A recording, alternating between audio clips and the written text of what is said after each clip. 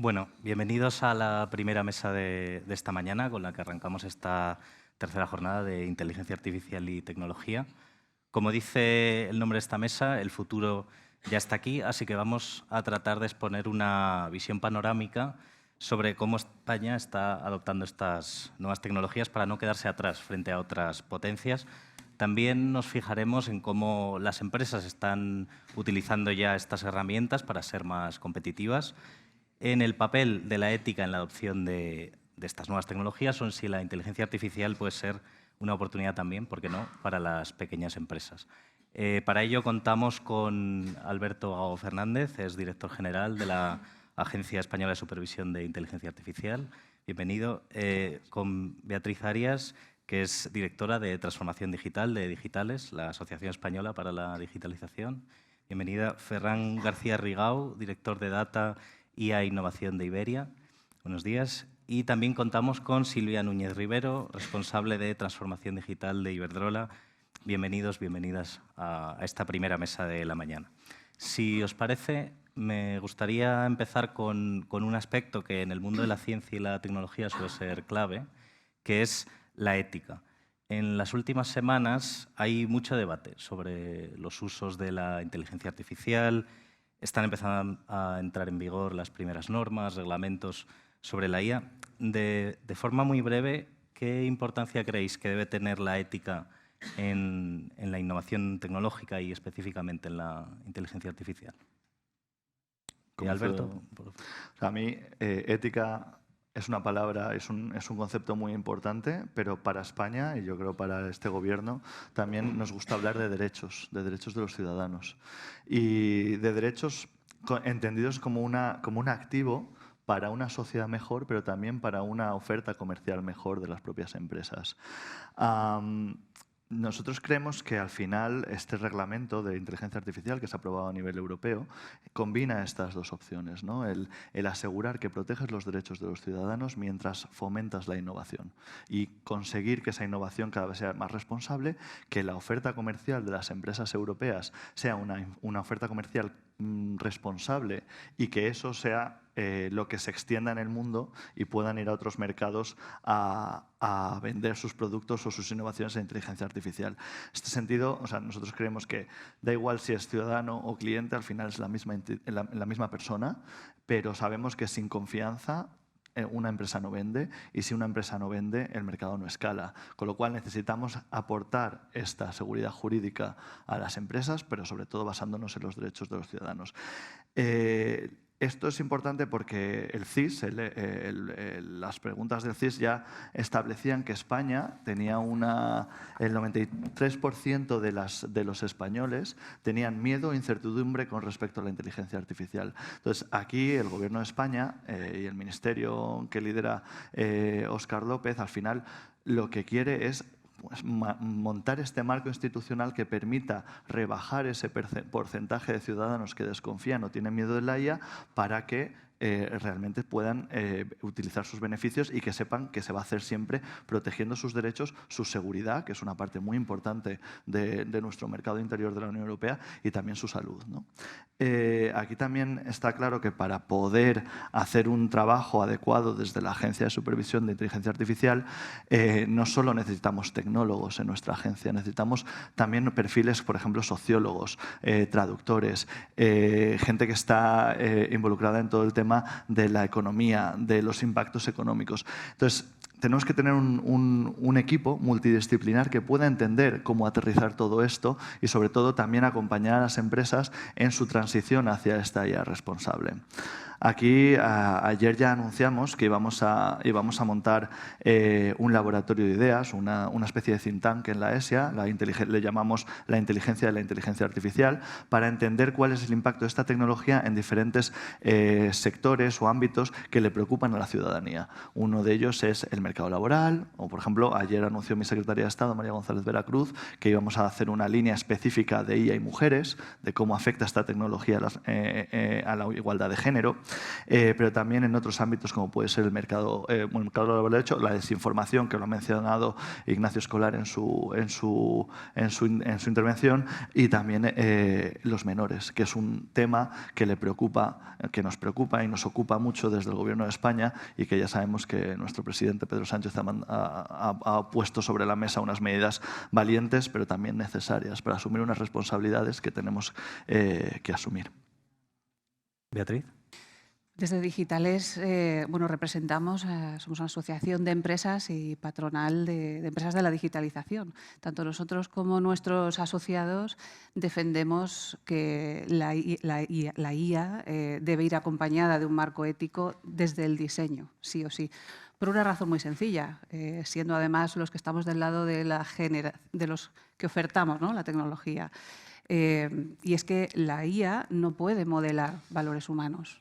No puede modelar ni entender cosas como la cultura, la empatía, el respeto. Por lo tanto, es necesario introducir estos marcos éticos que garanticen ese desarrollo tecnológico que respete los derechos fundamentales, ¿no?, que respete la salud, la seguridad de los ciudadanos. Y luego, en parte, lo ha mencionado ya Alberto, sin ética no hay confianza. Y sin confianza no hay innovación. Es muy difícil innovar, introducir, avanzar rápido en tecnologías si no hay una confianza de base desde la propia ciudadanía también. Por lo tanto, estos marcos éticos son fundamentales, no son un complemento, sino que son algo necesario para que se pueda dar precisamente esa innovación. Ferran, vosotros desde las empresas, ¿cómo veis esta parte de la ética? Bueno, la verdad es que ya no solo con la inteligencia artificial, que también, la ética y la innovación tienen que ir de la mano, porque si no, al final, y en especial ahora en la inteligencia artificial que está en manos de todos, perdemos credibilidad. Pierde credibilidad la inteligencia artificial, perdemos credibilidad en las empresas. Con lo cual, para mí esto sí es primordial. La innovación no es ir más rápido. Es incorporar nuevas tecnologías, como en este caso es la inteligencia artificial, pero de forma segura y de forma responsable, y de forma de que aporte valor real tanto a nosotros como a nuestros consumidores en este caso. Con lo cual, para mí es imprescindible. En ese sentido, y también reforzando lo que decías antes, la verdad es que el AI Act de la Unión Europea, la verdad es que a las empresas, al menos en el caso de Iberia, y yo creo que no somos los únicos, nos ha ayudado porque nos da un marco sobre el que trabajar. Nos evita a cada uno tener que pensar ese marco. Obviamente cada uno tenemos que añadir sobre eso, pero nos permite construir desde algo. Y yo creo que, honestamente, porque muchas veces se suele criticar, de hecho, a Europa y la Unión Europea por regular demasiado, yo creo que en este caso se ha hecho bien. Y de hecho estamos viendo en otros países, en otros sitios, otras empresas, fugas de talento, cambios muy bruscos, justamente porque esta regulación nos ha hecho, y evidentemente pues hay pareceres de que la ética, como pensamos desde aquí, ¿no?, que es imprescindible y que está provocando el que cada uno lo interprete de una forma distinta, y creo que estamos evitando esto en Europa. Yo creo que, honestamente, desde Iberia pensamos que está bien, que lo hemos hecho bien y que es imprescindible avanzar de la mano, ética, inteligencia artificial, innovación de la mano. Silvia, no sé si quieres añadir. Bueno, creo que lo positivo es que estamos todos muy de acuerdo en esto, o sea que, siendo la última, no voy a repetir mucho. Ha habido dos conceptos que se han mencionado que me han gustado mucho: derechos, valores, ética. O sea, es más amplio que la ética, hay más cosas, y yo suscribo lo que han dicho mis compañeros. Tiene que ser el punto de partida de la innovación en IA, porque si no, no hay otra cosa que se ha dicho que es muy importante: confianza. Sin confianza no va a haber adopción y, por tanto, no vamos a tener el impacto que esperamos.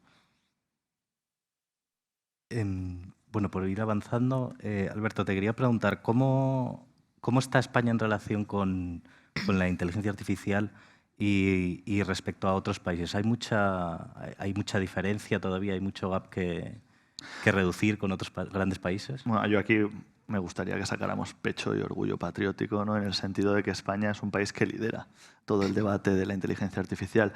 Y no lo digo yo, no lo dice tampoco el Gobierno, lo dice el último informe del Stanford University sobre Global AI Vibrancy, que es como la efervescencia de la IA en el mundo. Somos el 7º país en efervescencia de IA.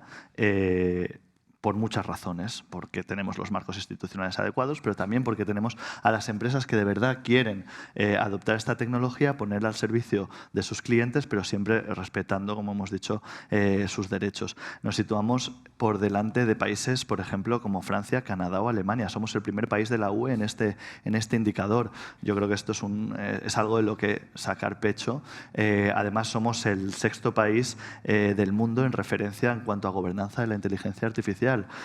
Yo creo que esto, además, hemos demostrado, y a mí esto me parece que es relevante, que no hay que elegir, que nos han intentado trasladar una narrativa de elegir entre innovación y regulación, porque las dos no son posibles, y España ha demostrado que eso no es así, que podemos regular, poner la ESIA, hacer pero además crear el primer sandbox regulatorio de inteligencia artificial y ayudar a las empresas a trasladar esos requerimientos a descripciones técnicas e implementarlas. Y luego encima esas descripciones técnicas las hemos puesto a disposición de todo el mundo, con lo cual estamos demostrando que sí se puede y a mí me gustaría que este fuera el mensaje de que España sí que está a la cabeza, además de contribuir obviamente en todo el diálogo de la gobernanza global de ella en las Naciones Unidas, que es un tema bastante importante y que España está liderando esto desde hace varios años. Entonces, al final, y esto lo hacemos porque, como dice Nacho Escolar también, lo entendemos en la inteligencia artificial como entenderla, esta tecnología, como una obligación democrática y de derechos y de respeto de esos derechos de la ciudadanía. Beatriz, ¿hay sectores en los que seamos pioneros? Sé que Alberto ha dicho que vamos muy bien en este sentido, pero ¿en qué sectores es donde más ha avanzado España? Que pueden liderar, sobre todo a nivel europeo? Pues es verdad que hay varios indicadores, múltiples indicadores que posicionan a España o que dan una señal de que España está muy bien posicionada, te diría no solo a nivel europeo, sino también a nivel mundial. Y ahora me explico un poco mejor. Pero antes de entrar en el detalle de esos sectores, hay algo, enlazando un poco con lo que se ha comentado de regulación versus innovación y demás, ese discurso que no es nada inocuo, no podemos tampoco caer fácilmente en él, ¿no? Hay algo que tenemos que tener en cuenta y es que la ventaja competitiva se genera en la ejecución, no en la invención. Y esto es algo que tenemos que también valorar mucho, ¿no? La ventaja competitiva depende de adoptar y aplicar la tecnología mejor, más rápido, pero de una manera más estratégica que otros. Y ahí España está liderando, como dice Alberto, ¿no?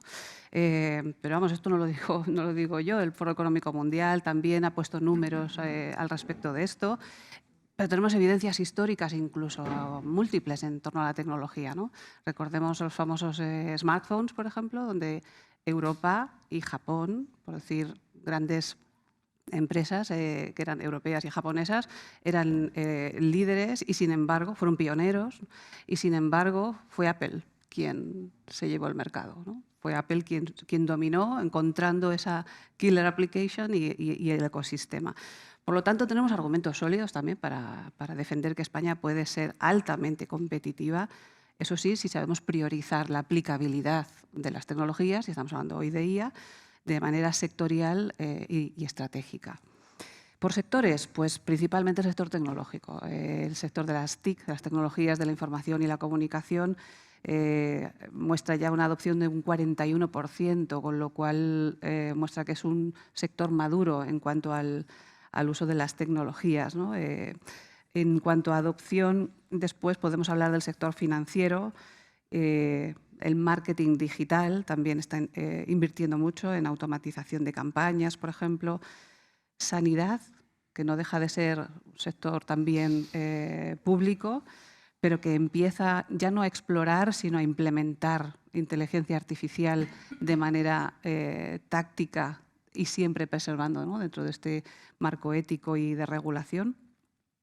Y por último, quizá, bueno, por último de los principales early adopters, vamos a decir, el sector del retail, del e-commerce, vemos que está aumentando mucho también su interés en invertir para personalización de campañas, predicción de demanda, optimización de la cadena logística, etcétera.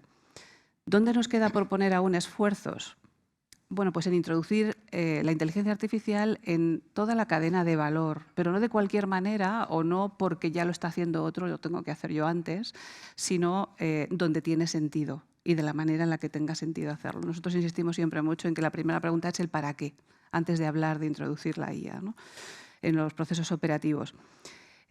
Para esto hace falta todavía resolver unas cuantas barreras, pues, de infraestructuras legacy, de interoperabilidad y sobre todo de la calidad del dato, y esto es algo que afecta mucho especialmente a las pequeñas y medianas empresas. Otra barrera, otro esfuerzo que tenemos que resolver cuanto antes, y esto desde Digitales vemos que es un punto crítico, es el del talento. Es un problema estructural, no solamente es de España. O sea, como sector de las tecnologías o las llamadas disciplinas STEM, ¿no?, de ciencia, tecnología, ingeniería, matemáticas, estamos muy escasos de talento. Así es muy difícil que podamos avanzar y podamos ser más competitivos que otros países. En concreto, nosotros presentamos la semana pasada un informe, un estudio que hablaba sobre las vocaciones STEM y analizando las causas de la situación que tenemos. Y es que apenas hay un 5,7% de graduados TIC en España. 5,7. Aún así estamos un poquito por encima de la media europea. Por eso, insisto, esto es un problema estructural, no tanto de país, pero tenemos que hacer algo para despertar esas vocaciones, ¿no? Y hace falta invertir en infraestructuras también de computación, y en eso que se están haciendo esfuerzos importantes. Tenemos en Barcelona el BSC, el Supercomputing Center.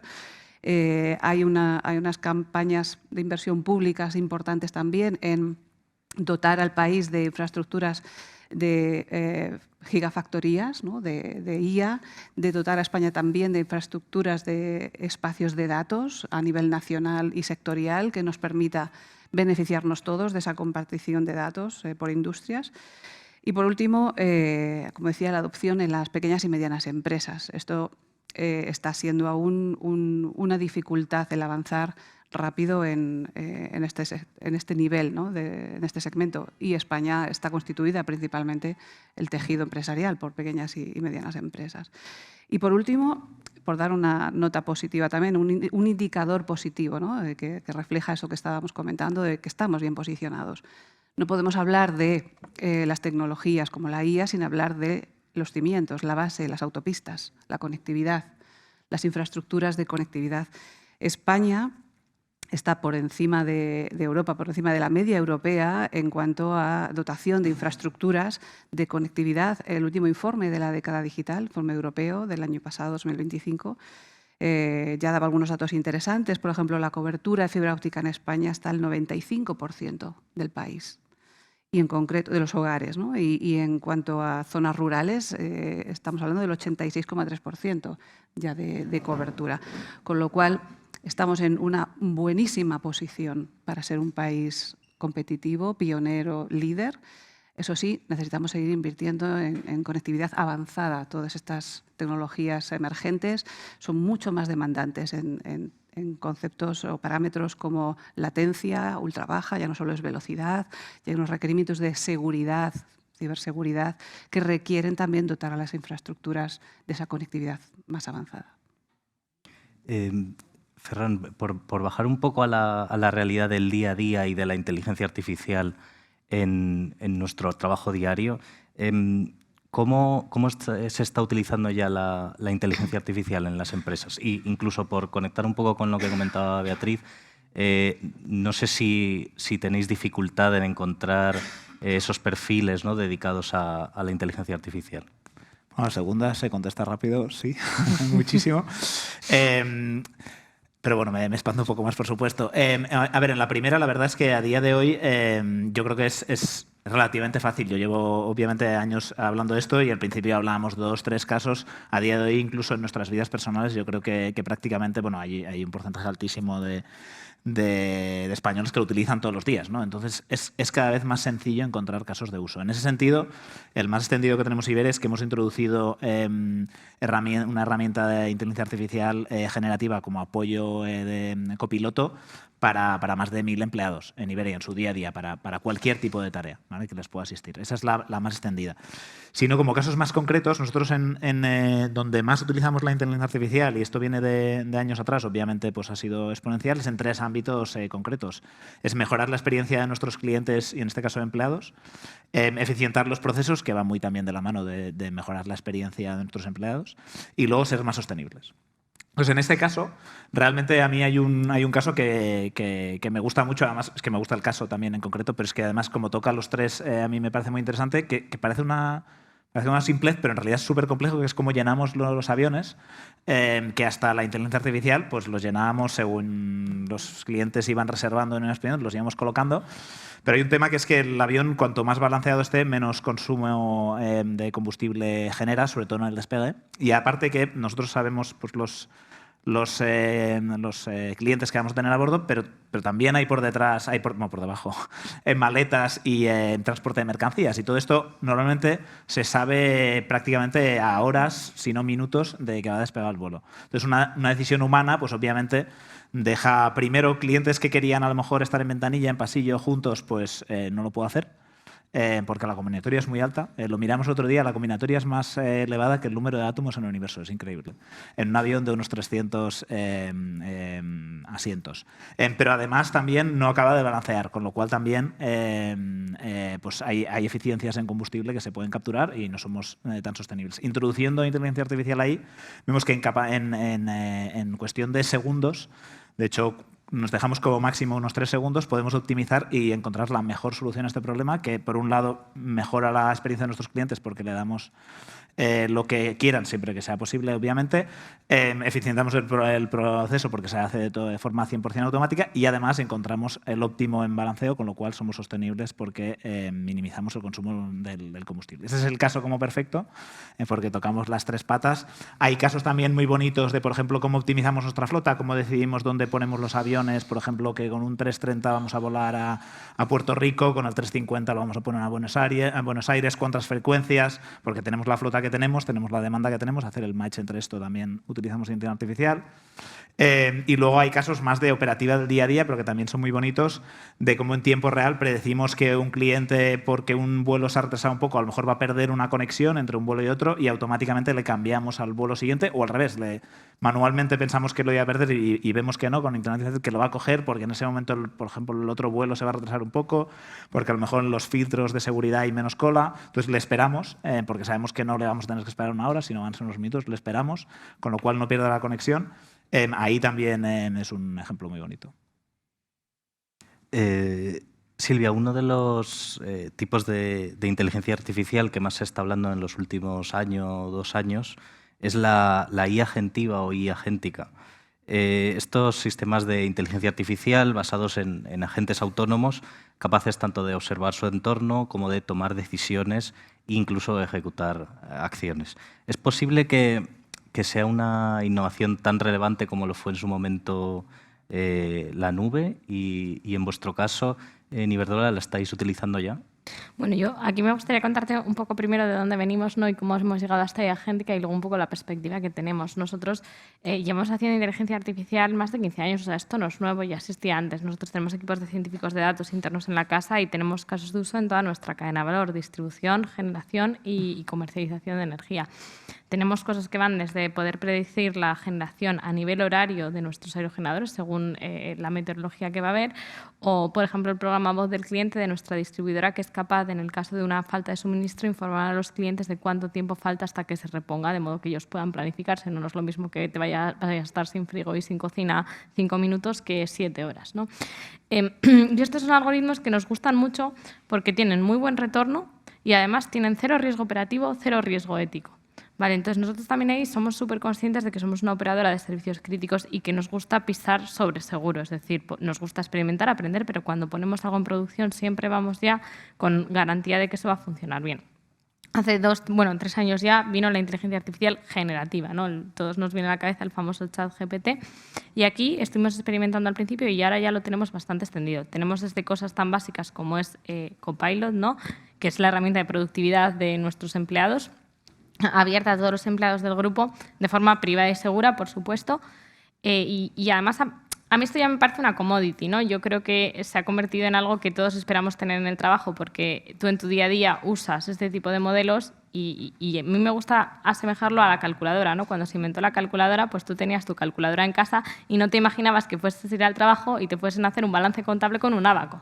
No, pues empieza a ser un poco esa misma casuística, más con las generaciones nuevas, nativas digitales, cómo van a llegar al trabajo y no contar con este tipo de herramientas. No se han acostumbrado a trabajar así.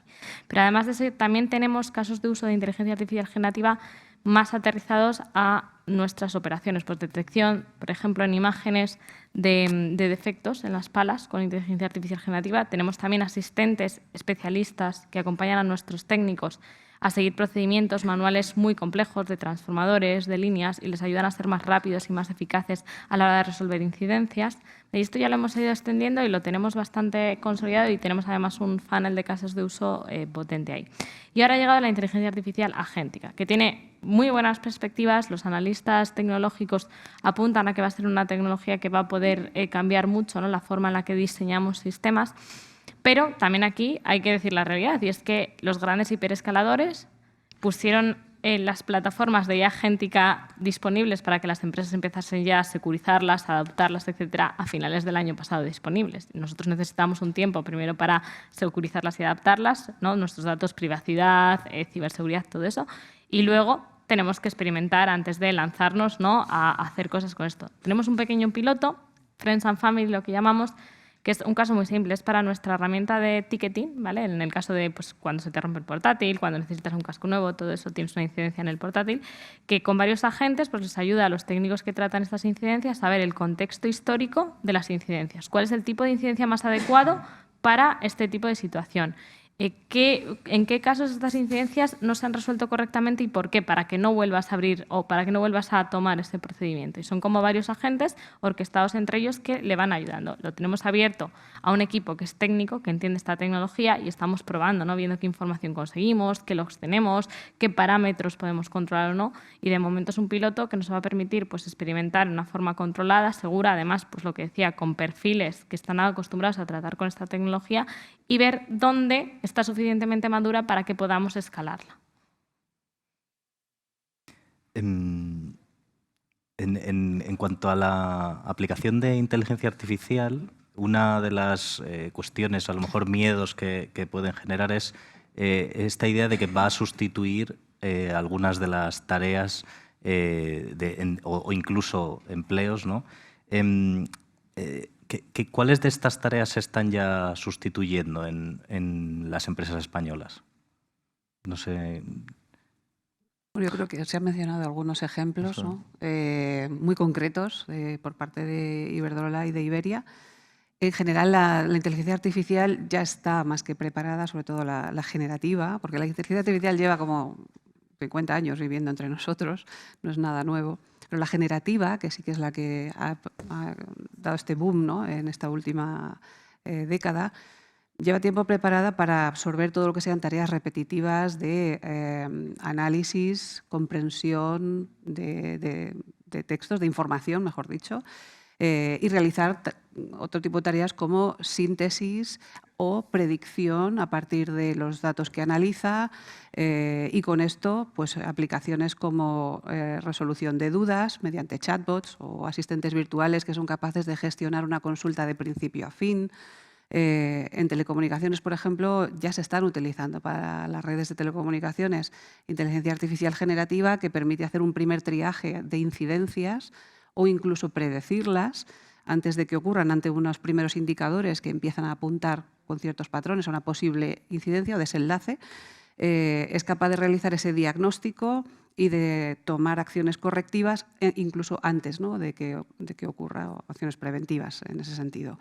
En definitiva, todo lo que son tareas, como digo, muy repetitivas, eso es capaz de hacerla en tiempo récord y con una tasa de error muy, muy baja, ¿no? ¿Y con esto qué ocurre? Pues que libera tiempo para el trabajo estratégico. Y esa es la pregunta clave. Para mí también es importante, cuando elegimos las palabras, cuidar esta asociación, ¿no?, esta ecuación de IA igual a sustitución de tareas. Tenemos que ser cuidadosos, porque es verdad, no vamos a ser ingenuos, la IA sustituye, reemplaza, hace tareas algunas mejor que las haría una persona, ¿no? Es como si las hicieran muchas personas a la vez. Pero en todo esto, la clave, como digo, es ver cuál es el trabajo en el que el humano sigue siendo más relevante, que es el trabajo más creativo.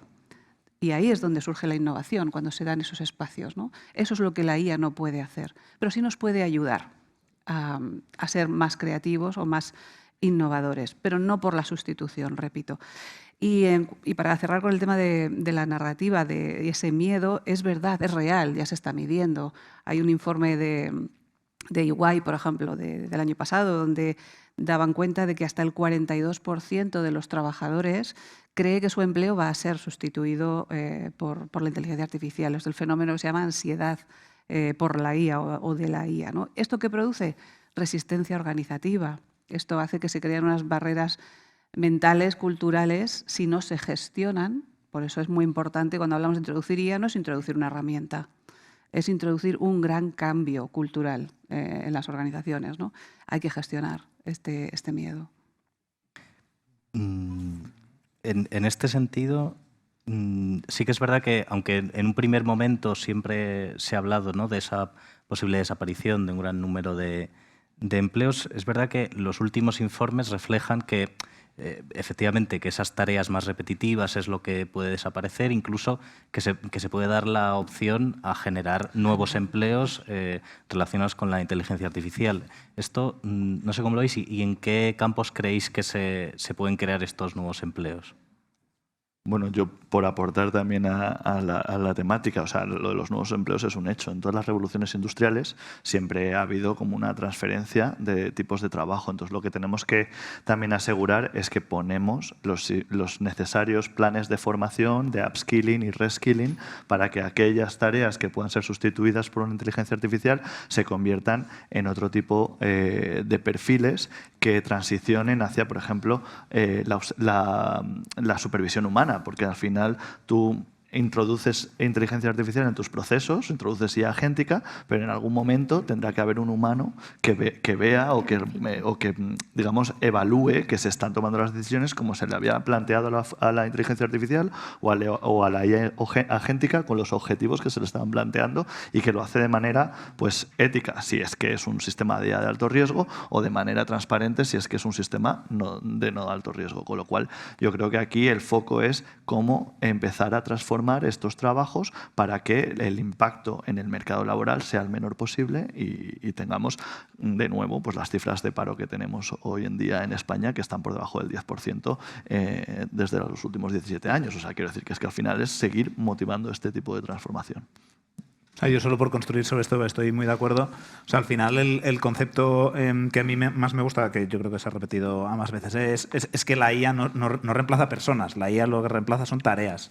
Y con el ejemplo del abaco y la calculadora, que también es muy bueno, estoy convencido que la calculadora no reemplazó a nadie que utilizase calculadora. A lo mejor reemplazó a gente que utilizaba el abaco y que no supo formarse a hacer el upskilling para utilizar calculadora. En este caso es absolutamente igual. Yo estoy convencido que la IA no va a sustituir a expertos en saber utilizar la IA, siempre que la incorporen bien y que vayan a una velocidad de aprendizaje que requiere la IA. El reto real, y estoy totalmente de acuerdo, está en cómo formamos a todas las personas para que puedan ir a la velocidad que faltas ahí, de adopción de la IA. En este sentido, en Iberia, cuando antes yo decía, ¿no?, que hemos dado a 1.000 personas inteligencia artificial, es justamente por eso, es justamente con este mensaje de, al final, dar la inteligencia artificial es el primer paso para hacer ese upskilling, ¿no? Y dar un programa de formación, un programa de enseñar qué es lo posible con esto, porque al final, pues cuanto más gente esté utilizando la IA, pues más gente está utilizando la calculadora, menos el abaco, con lo cual más cerca estamos de hacer ese upskilling. A mí me parece fundamental ese punto. O sea, yo creo que es un tema de confianza, ¿no? Justo con el ejemplo de la calculadora, cuando se inventó la calculadora, los profesores de Estados Unidos hicieron manifestaciones en contra, porque nos iba a volver más tontos, ¿no? Y hoy en día pues tenemos eso súper superado. para mí es un tema de confianza, de generar la confianza en los empleados y también de formarles, ¿no? Y de que aprendan nuevas formas de trabajar o nuevas skills. Y en ese sentido nosotros, por ejemplo, nos hemos marcado un objetivo de horas de formación de nuestros empleados en estas nuevas tecnologías, en estas nuevas capacidades. Y yo creo que por ahí van los tiros. Y sobre todo también el concepto de tareas. No te va a quitar el trabajo una IA, te lo va a quitar alguien que sepa de IA. Se están dando también empleos emergentes que surgen a muy corto plazo por la propia necesidad y la ventana de tiempo en la que estamos en cuanto a la introducción, ¿no? El ciclo de vida de la IA. Sobre todo son perfiles aún pues muy tecnológicos, ¿no? Que ayuden a esas otras empresas no tecnológicas o industrias no tecnológicas a introducir la inteligencia artificial, como puede ser, me viene ahora el prompt engineer, el ingeniero que sea capaz de realizar los prompts adecuados para entrenar y utilizar la inteligencia artificial. Se está dando también, sobre todo, mucha demanda de perfiles que sepan manejar la ciberseguridad a la hora de introducir la inteligencia artificial en las organizaciones. Esto desde el lado más puramente tecnológico, ¿no? O perfiles más puramente tecnológicos. Pero también nosotros vemos que se empiezan a dar demandas de habilidades en los perfiles existentes, digamos, o los trabajos existentes, donde hace falta incorporar esas habilidades digitales en perfiles que típicamente o por diseño no lo eran. ¿Para qué? Para poder incorporar esa inteligencia artificial como un elemento o un ayudador, vamos a decir, adicional o un compañero más que nos permite ser más competitivos, más innovadores o más creativos. Estamos hablando mucho últimamente de esas soft skills, aunque hay quien las llama las nuevas power skills. No es un término más. Es verdad que hay una necesidad, cuando hablamos de esa brecha de talento digital, esto es uno de los temas principales, ¿no? Esas habilidades que son no simplemente o no puramente tecnológicas o tan hard como conocimiento, sino sobre todo ser capaz de tener ese pensamiento crítico, que es algo tan necesario como cuando nosotros mismos utilizamos o le preguntamos a la inteligencia artificial generativa, a cualquiera de ellas, analízame este texto que es tan largo que no tengo tiempo de leerlo y dime cuáles son los mensajes principales. ¿Tengo que creer la primera salida que me da, ese primer resultado que me da? No, tengo que cuestionarlo. Tengo que volver a preguntarle, ¿estás seguro? Bueno, pues algo tan simple, como un ejemplo tan simple como esto, es pensamiento crítico, ¿no? Entonces, el entrenar esta nueva manera de trabajar con un elemento que incorporamos como la IA son habilidades digitales que también están creando nuevos perfiles en los empleos, en la demanda de empleo. Y perdóname que aporte también, los perfiles multidisciplinares son muy importantes, porque no es ser experto en inteligencia artificial ya, es saber cómo entregar a la inteligencia artificial en la medicina o en el derecho o en la aeronáutica. O sea, al final necesitamos fomentar estos cada vez perfiles que puedan responder a los retos sectoriales de cada uno, y ahí hay una oportunidad muy grande para el mercado laboral. Ya para terminar, simplemente, una de las dudas que puede haber en cuanto a la seguridad de la inteligencia artificial, especialmente generativa, es la cuestión de la privacidad. ¿Cómo de importante pueden ser los marcos regulatorios a la hora de abordar este tema? Y, por ejemplo, en el caso de las empresas, ¿cómo intentáis resolver esa seguridad de los datos de vuestros clientes? Bueno, en tema de protección de datos veníamos ya desde hace mucho trabajando, o sea que yo creo que ahí ya tenemos mucho construido. Es verdad que a mí lo que me gusta del IA Act es el enfoque que tiene de no es la tecnología per se mala, sino es la finalidad, el uso que le vas a dar, ¿no? Entonces, al final, hay muchos casos en los que puede que no estés usando ni datos personales, ni información confidencial, etcétera. Esos tendrás que ser más laxo y te tendrás que enfocar en garantizar que en aquellos en los que estás usando datos pues, que son estratégicos para la empresa, datos de tus clientes, etcétera, pues vas a tener que poner más salvaguardas de seguridad. Está habiendo también muchísima, desde las entidades que se dedican a investigar todos estos temas de ciberseguridad, como por ejemplo la WASP, que es una de las más famosas, está habiendo muchísima documentación nueva para ir trabajando en construir capas, ¿no?, que nos aseguren esa privacidad de los datos, esa ciberseguridad. Es decir, estamos maduros, ya tenemos unos niveles muy altos, pero todo lo nuevo que está apareciendo, porque es una tecnología nueva, lo estamos incorporando de forma proactiva. Sí, bueno. Totalmente de acuerdo. Además, volviendo a lo que decíamos antes, sin generar confianza no tiene sentido desplegar inteligencia artificial, no va a haber adopción. con lo cual para nosotros es súper relevante. El AI Act europeo, como decía antes, nos ha ayudado mucho. Es verdad que en materia de protección de datos ya veníamos desde lejos. Con esto es un esfuerzo adicional súper necesario de poner en una misma mesa, al menos, bueno, yo creo que en muchos casos es así, pero poner ciberseguridad, poner protección de datos, poner inteligencia artificial y poner el EU Act desde una perspectiva más legal, todo en la misma mesa para ver caso a caso, que el enfoque justo es caso a caso, cuál es lo que qué es lo que es pertinente aplicar en cada caso. Lo que me parece, por darle otro enfoque, a mí también me parece que me gusta mucho la IA generativa, porque en la protección de datos durante mucho tiempo, en realidad hasta que ha salido la IA generativa, la protección de datos era un peligro para el consumidor y algo que teníamos que vigilar de las empresas para generar confianza. Lo que me gusta de la IA generativa es que en realidad es un poco la venganza del consumidor, en el sentido que esto le da una herramienta también al consumidor de analizar todos los datos que existen a las empresas de todos los productos de forma totalmente unilateral, porque lo hace con un producto, una inteligencia artificial que no es de la empresa, que no es de Iberia, es un ChatGPT, es un Gemini, no es de Iberia, con lo cual se puede vengar y también nos obliga a nosotros a tratar bien nuestros propios datos, porque el consumidor puede hacer lo que nosotros podíamos haber hecho antes. Con lo cual a mí es un aspecto que, bueno, es la protección de datos en ambos sentidos, pero que me parece que iguala muchísimo más la situación y que es más justo para el consumidor, que me parece estupendo.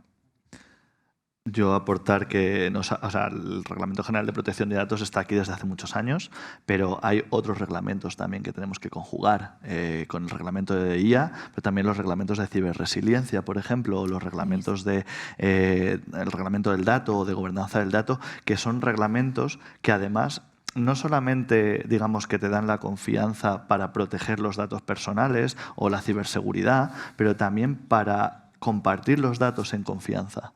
Y eso también es muy necesario para una economía del dato y sobre todo si queremos generar una inteligencia artificial que supere los sesgos que tiene la sociedad con unos datos bien recogidos, sin sesgos, sin ruido, que permita que la inteligencia artificial de verdad sea representativa de los valores y de la democracia que tenemos, ¿no? Entonces, aquí hay un reto importante para todos, en España y en Europa, de cómo aprender a conjugar todos estos reglamentos de datos de manera coordinada, de datos de tecnología, digamos, de manera coordinada y, sobre todo, de manera fácil para que, de verdad, podamos avanzar a la siguiente fase de esta revolución, que es una revolución responsable. Por aportar un matiz adicional, el tema de la propiedad de los datos. Creo que como ciudadanos aún no somos plenamente conscientes de cómo de propietarios somos. Son nuestros datos, ¿no?, los que están en juego y con eso pueden ocurrir cosas no deseadas. A nivel individual, como ciudadano, hasta que no ocurre, no tomamos quizá toda la conciencia, pero a nivel empresarial existe esta conciencia sobre este riesgo desde hace muchísimo tiempo, porque no solamente se trata de verse expuesto y que la información de propiedad intelectual o demás incluso pueda verse expuesta, sino que a nivel reputacional el daño que sufre una empresa que se ha visto atacada y robados los datos, por ejemplo, de sus clientes, es infinitamente mayor que el meramente económico, que al final es un daño económico también. De hecho, un dato que apuntaba IBM en un informe acerca de ciberseguridad decía que en 2025 el coste medio de las brechas de ciberseguridad había sido de 1,4 millones de euros. Y quiero apuntar otro dato más en relación a la ciberseguridad. O sea, protección de datos, siempre que pensemos en este tipo de regulación tenemos que pensar en necesidades de ciberseguridad o riesgos de ciberseguridad, ¿no? La OCDE publicaba justo este mes, en febrero, un análisis también de tendencias de incidentes relacionados con la IA. En concreto decía, los ataques de ciberseguridad y de fraude se han triplicado desde 2022, o sea, en 3 años. Esto es para tomarlo muy en serio, porque produce, sobre todo, imaginar el sector financiero, ¿no?, pero no es el único que se ve afectado por el robo de identidad, que es uno de los incidentes que más se da. Por lo tanto, ley de protección de datos junto con otras leyes o otros actos más específicos de IA no solamente son no un freno a la innovación, volviendo al punto que mencionábamos al principio, sino un facilitador y un prerequisito para que de verdad se pueda escalar, como decíamos, en esa innovación. Bueno, creo que nos hemos pasado un par de minutos, pero muchísimas gracias a los 4 por participar en esta mesa y en unos minutos seguimos con la segunda mesa de estas jornadas. Gracias. Muchas gracias.